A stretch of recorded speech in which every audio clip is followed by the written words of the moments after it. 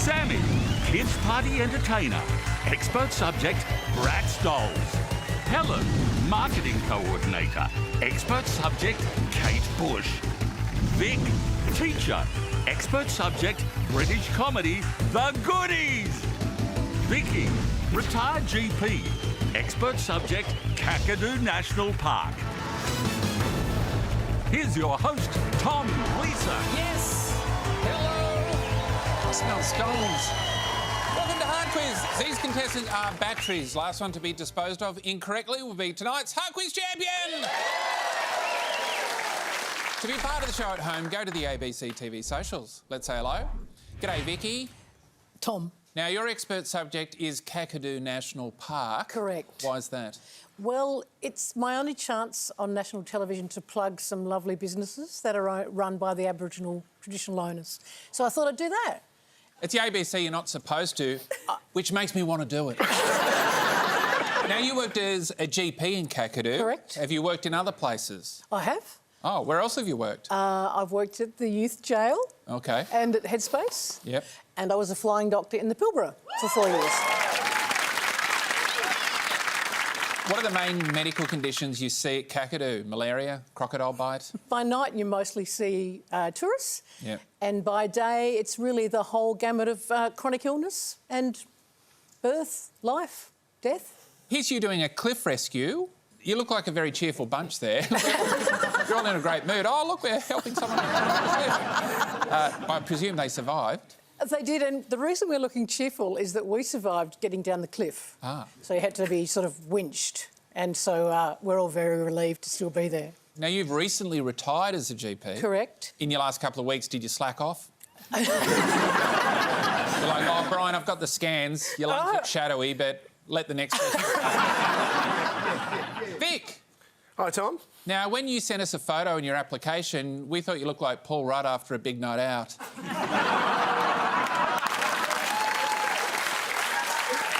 Is that why you've tidied yourself up? You've polished up the old noggin? Well, look, I thought I'm on Hard Quiz, Yeah. you know, take after the master himself. I've got to... Oh, it's a tribute, is it? Absolutely. You're into the Goodies. Mm-hmm. They were like a less cool version of Monty Python, but for kids 40 years ago. Are you clinging on to someone else's childhood? Only the same one that I can guess that you're clinging on to, Tom, being of roughly my vintage. Now, here's you with your Goodies collection. It's not a very big collection. And some of those things aren't the Goodies. Why didn't you try harder? Helen. Hello. You're a fan of Kate Bush. Are you a recent convert or...? No. Last on the bandwagon? No, it all started back in 1978 watching Countdown. Yeah, I could tell from your age, but... I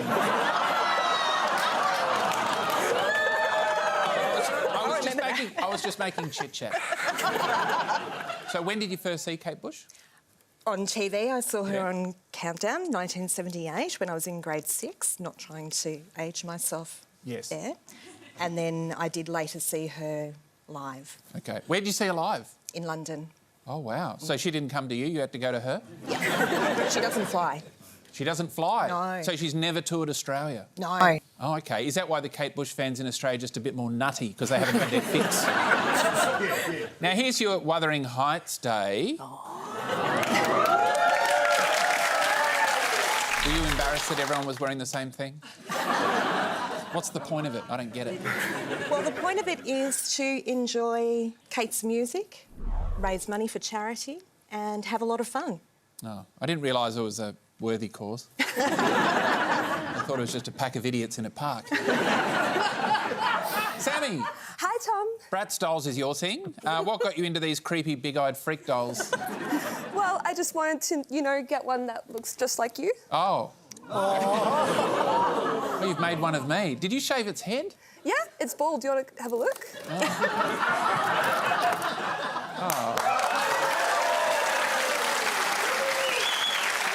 You did have my catchphrase on the top there of the packet. What's it say? That says, let your true colours shine. Oh, that's not my catchphrase. Now, most people outgrow their obsession with dolls when they become adults. What's your problem? I I never grew out of it. I've been collecting since I was 6. OK. Now, here's your collection. How many dolls do you have there? 254. And, yeah, I do have friends. I have a Bratz community on Facebook and Instagram, and we share photos of our dolls. That's impressive. You see, Vic, that's a collection. That's over 200 dolls. Let's have a look at Vic's collection again. Oh, look at me. I've got a VHS tape. All right, let's play. Hard! Expert round. Expert subject. Win or lose 5 points. Steal an answer, double points. I'll ask each of you 5 questions on your expert subject. Right, you get 5 points. Wrong, I will take 5 points from you. The rest of you can steal at any time to get double points. Let's start with Sammy and her expert subject, Bratz dolls.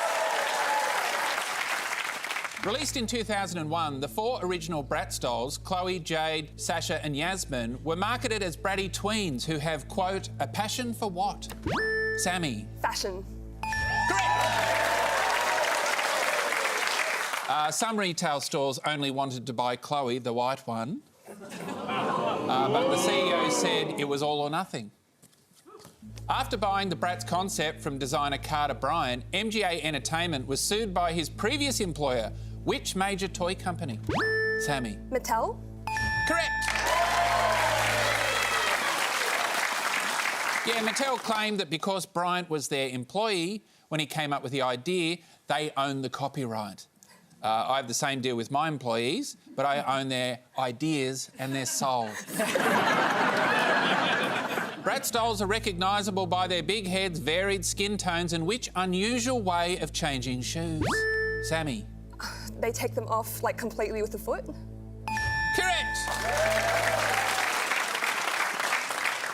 The things women will do for fashion. In the early 2000s, you could buy a Bratz terrarium, marketed to house what pet? For the steal, it's Helen. Turtle? Incorrect. It's wide open. Wide open. Sammy. Bunny. Incorrect. Still open. Vic for the steal. Snake. Incorrect. Oh, Vicky!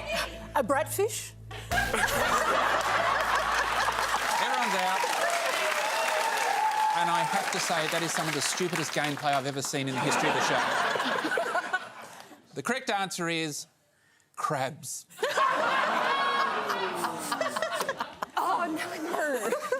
Yeah, it came with plastic shells in case your crabs have a passion for fashion. Last question in your set, Sammy.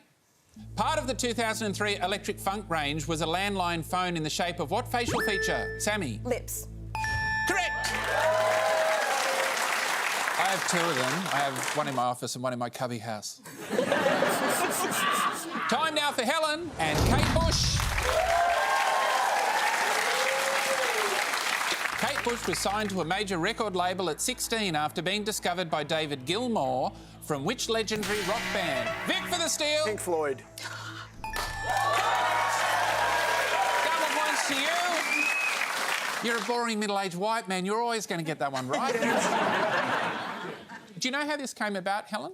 I think her brother knew someone who talked to Dave Gilmour. They'd bought a tape recorder and had taped Kate singing and passed it on to him. And, yeah, he liked what he heard. And Yeah, and he showed the tape to EMI and the rest is history.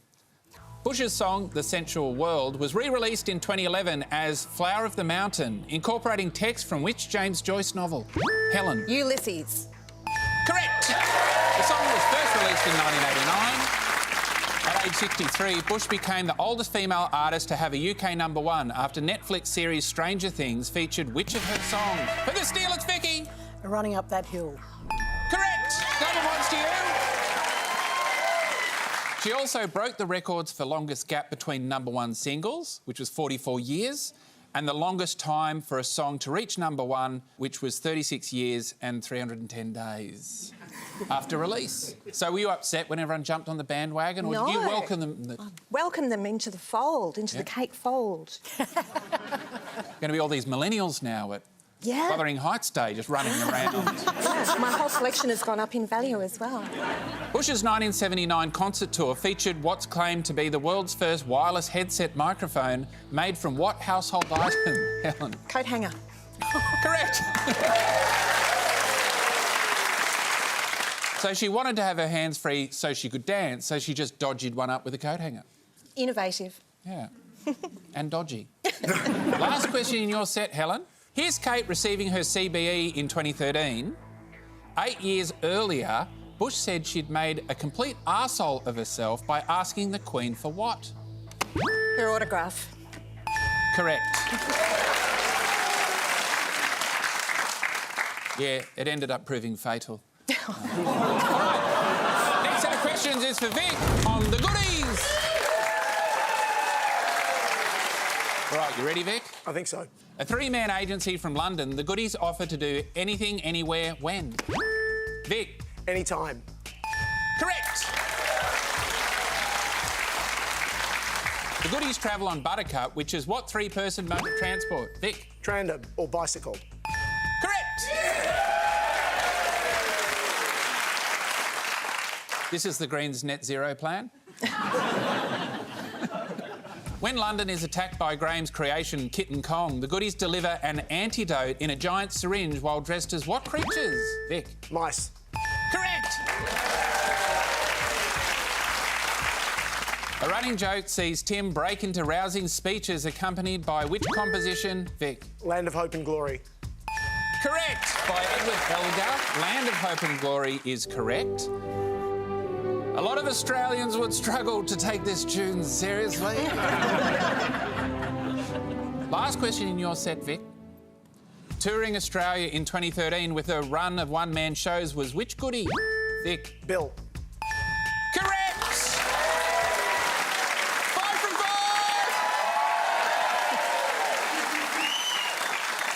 5! Last set in the expert round, it's Vicky and Kakadu National Park.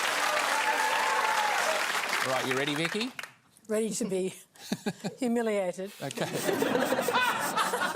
Located in the north of Kakadu, these three rivers were named by navigator Philip Parker King, who mistakenly believed they were infested. Vicky. Alligators. Correct. With what animal? Alligator is correct. Yeah, they're the east, south and west alligator rivers. The name Kakadu probably comes from a mistake as well. Mm-hmm. What's the mistake? Oh, isn't that a question I can get points for? Now, you're going to have to chalk it up as banter, I'm afraid. OK, so Kakadu was the name of, depending on who you ask, but a language or a group of people from the floodplains. Yes. Kakadu. I like it how in Australia we mishear something and we know it's a mistake and then we're like, no, it's Kakadu. Yeah. The top end is often said to have 2 seasons, the wet and the dry. Vicky. Ooh, 6 seasons. Correct.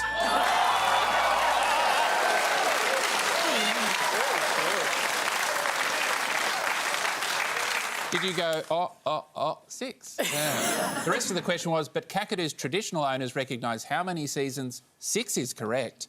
They're marked by the changes in the landscape and not set dates. What season would I be based on my complexion? There is a season called Bungareen, which is the knock 'em down storms. I'll take that. In 1998, over 5,000 people took part in a blockade to stop the construction. Vicky. Jabiluka. Correct. Of which uranium mine? Jabiluka is correct. It's surrounded by Kakadu, but not technically part of the national park, because if it were, they wouldn't be allowed to build the mine. Did the blockade work? It did temporarily, but they're having another go at mining it now. So they just keep coming back and coming back. That blockade was successful. Let's vilify them. Is it Rio Tinto? Well, it's actually changed. Is this going to be a question later? I don't know. I don't want to blow. You're very confident that you're getting through to the last round. Rio Tinto were the multinational who were the bosses of ERA, who run Ranger Mine. Oh, right, OK. All right, they're probably promising they won't blow up any ancient artworks. Mm. We promise this time. This time we're serious. Mm. Anyway.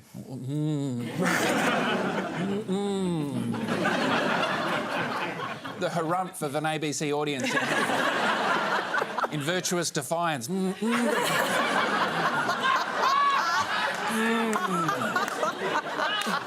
You're used to doing it on your own while watching Insiders on a Sunday.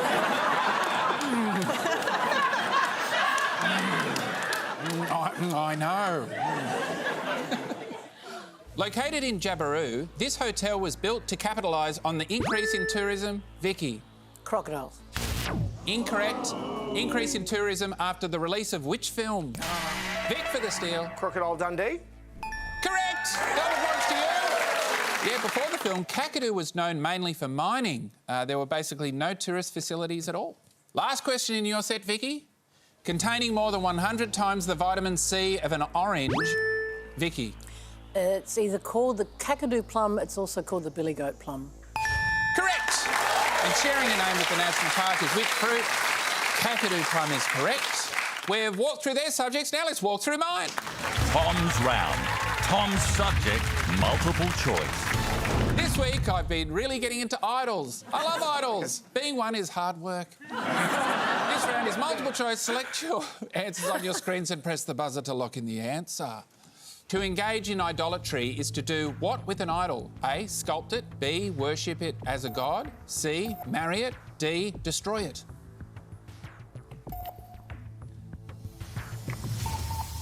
The answer is B, worship it as a god. Yeah, the Bible says greed counts as idolatry too, which would make sense if you saw how I worship a slab of craft beer. Which of these is the Chachapoyan fertility idol? A, this one. B, this one. C, this one. Or D, this one. Is it this one or this one? Or this one? Or this one? The answer is D, this one. An early 20th century idol, the opera singer and silent movie star Geraldine Farrar attracted a devoted fan base known by what nickname? A, Faz's Flappers. B, Jerry Cans. C, Jerry Flappers. D, the Say Farrar Farrars.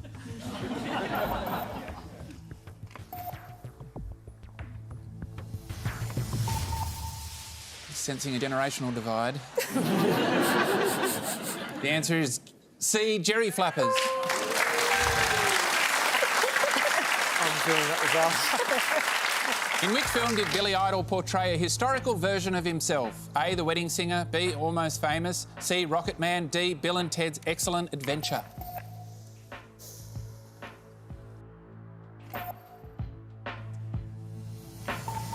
The answer is A, The Wedding Singer.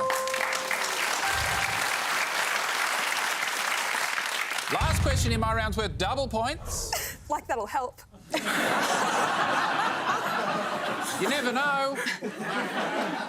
You never know. You just might be on a game show where people can't add up. Which of these Australian Idol performances did not earn an iconic touchdown reaction from Judge Mark Holden? A, Joel Turner beatboxing a medley of sounds. B, Cosima DeVito singing When the War is Over. C, Guy Sebastian singing Climb Every Mountain. D, Casey Donovan singing You're So Vain. E, Anthony Kalia singing The Prayer. F, Jessica Mauboy singing Beautiful. Oh, who's going to get kicked out? Who could it be? Coming for you. The answer is A, Joel Turner beatboxing a medley of sounds. I thought that was too obvious. All right, at the end of my round, Sammy, you're at the bottom on -10. Get over here.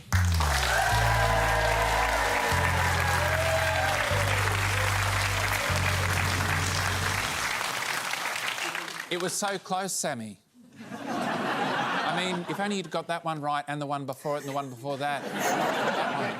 And the one before that one? Yeah, all of them. Yeah. Yeah. Would have really helped. I think I lost my passion for fashion. All right. Out! There she goes.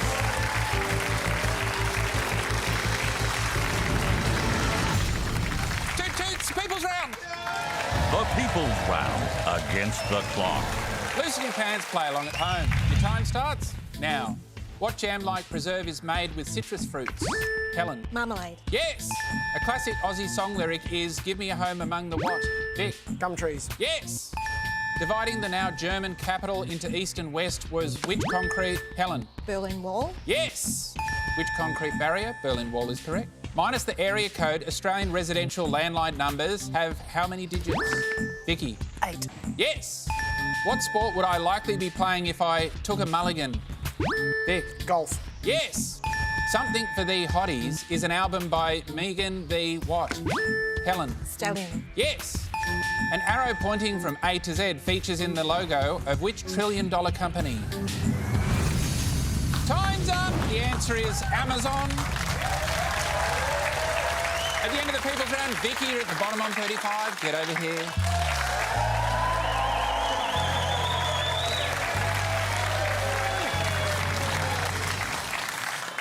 Vicky, you might have to do a bottom of the cliff rescue on yourself. I might. What happened? I didn't. There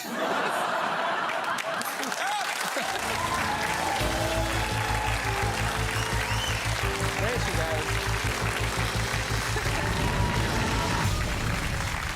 Only two left. Who's going to be the hard quiz champion? Helen and Vic, get over here because it's time to play hard quiz. Final round. Head to head. Kate Bush versus the Goodies. Hard quiz. Now, there can only be one hard quiz champion who gets to take home the limited edition Big Brass mug. What will you do with the mug if you win, Helen?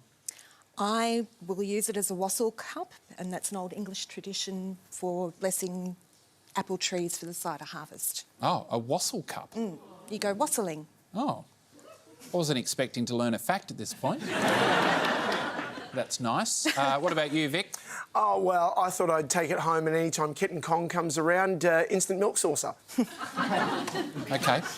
It's best of 5, penalty shootout style, harder questions on your expert subject. So it's Helen's knowledge of Kate Bush versus Vic's knowledge of the Goodies. Let's play hard! Helen, in 1985, one of the tracks on the album Hounds of Love had its title changed to increase its chances of being played on the radio. What was the original title and what was it changed to? The original title was Deal with God, and it was changed to Running Up That Hill with a Deal with God in brackets. Correct.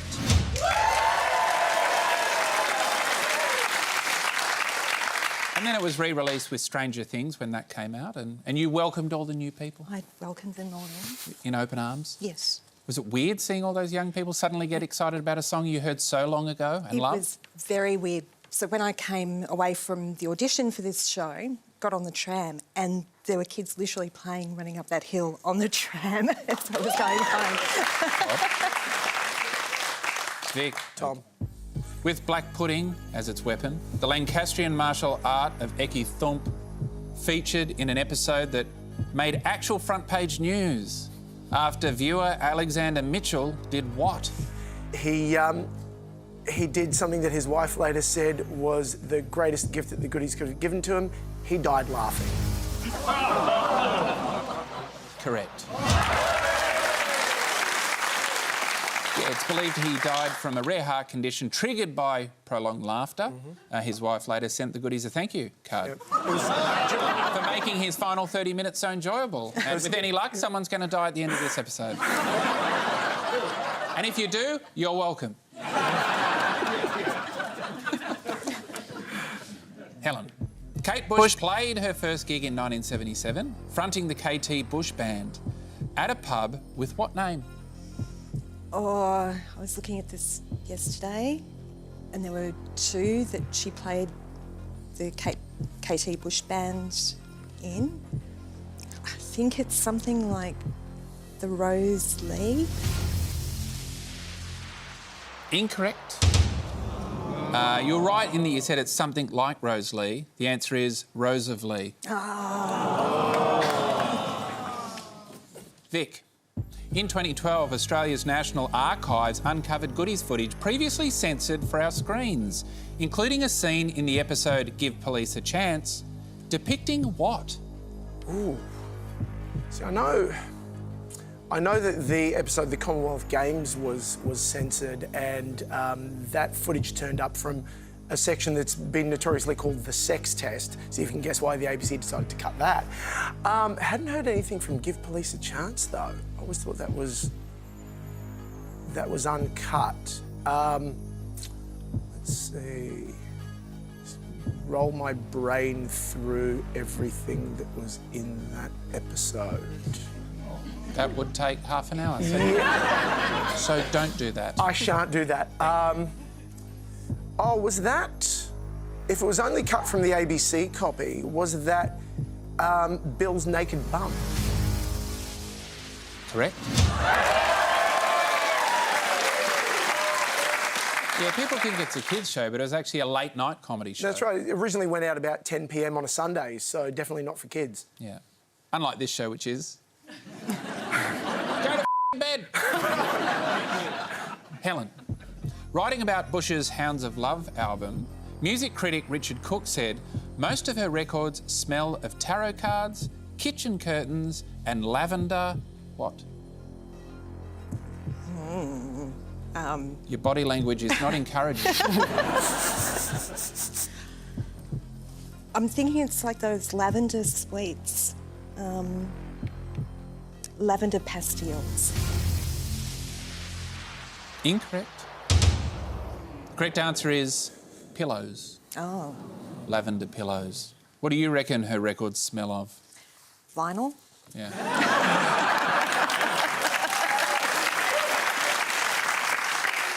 Vic, in a season 6 episode, Giving Tim a Lesson in Advertising, Graham says that the market can be divided up into this hierarchy. In top place, what does the A stand for? Yes. D for dumb, C for clever, B for brilliant, and A for advertising man. That's my Graham impersonation. Correct. Helen, you need this. If you get this wrong, then Vic, you are tonight's Hard Quiz champion. Kate Bush directs many of her music videos, once saying her ultimate reference point was which film director? Orson Welles. Incorrect. The correct answer is Alfred Hitchcock, which means, Vic, you are tonight's Hard Quiz champion! All right, Helen, you know what this means. Out! There she goes.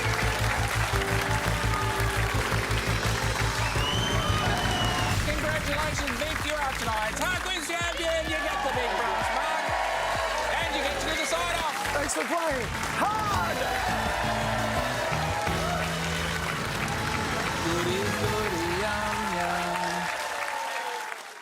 This show is 8 seasons in, so if you haven't told us your expert subject, what are you waiting for? Get in here, go to hardquizcasting.com.au and get ready to play.